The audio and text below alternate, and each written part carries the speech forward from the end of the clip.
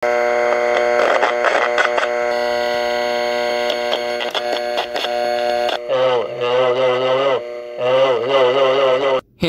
today we will talk about how electromagnetic waves were discovered. It all started with a Scottish mathematician named James Clerk Maxwell. He developed a mathematical equation called Maxwell's equation. He combined Ampere's law, Faraday's law, and Gauss' law. According to him, when electricity oscillates back and forth, it's like touching the water. It creates ripples or waves. The person who proved Maxwell's theory about electromagnetic waves was Heinrich Hertz. He conducted an experiment using a spark gap transmitter and a ring-shaped wire receiver. When he placed the receiver in front of the spark gap transmitter, a spark jumped across the gap. We can test this using an AM radio receiver and a spark gap transmitter. When the spark occurs, it emits radio waves, and a static noise can be heard on the AM radio. This is proof that radio waves are real.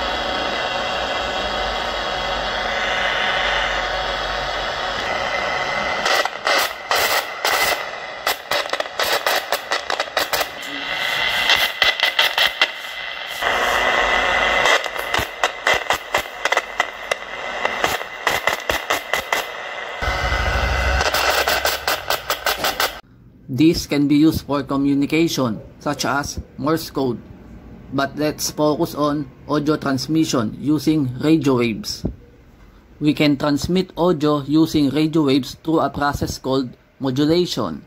This includes methods like AM or amplitude modulation and FM or frequency modulation. I built a low-power FM transmitter using an LC oscillator and a 2N222 transistor. To get the resonant frequency you want to transmit, we use this mathematical formula. With it, you can calculate the resonant frequency. Now, let's test this FM transmitter.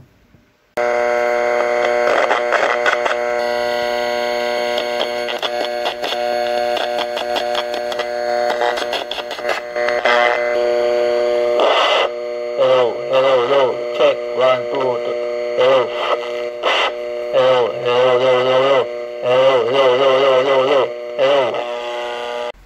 I use a frequency from the FM band as the carrier wave. This is the electromagnetic wave that carries the audio signal. In simple terms, it is what transmits the information. If you learned something from this video and have questions or requests, feel free to leave a comment and subscribe. I'll be making more videos about electronics engineering and physics.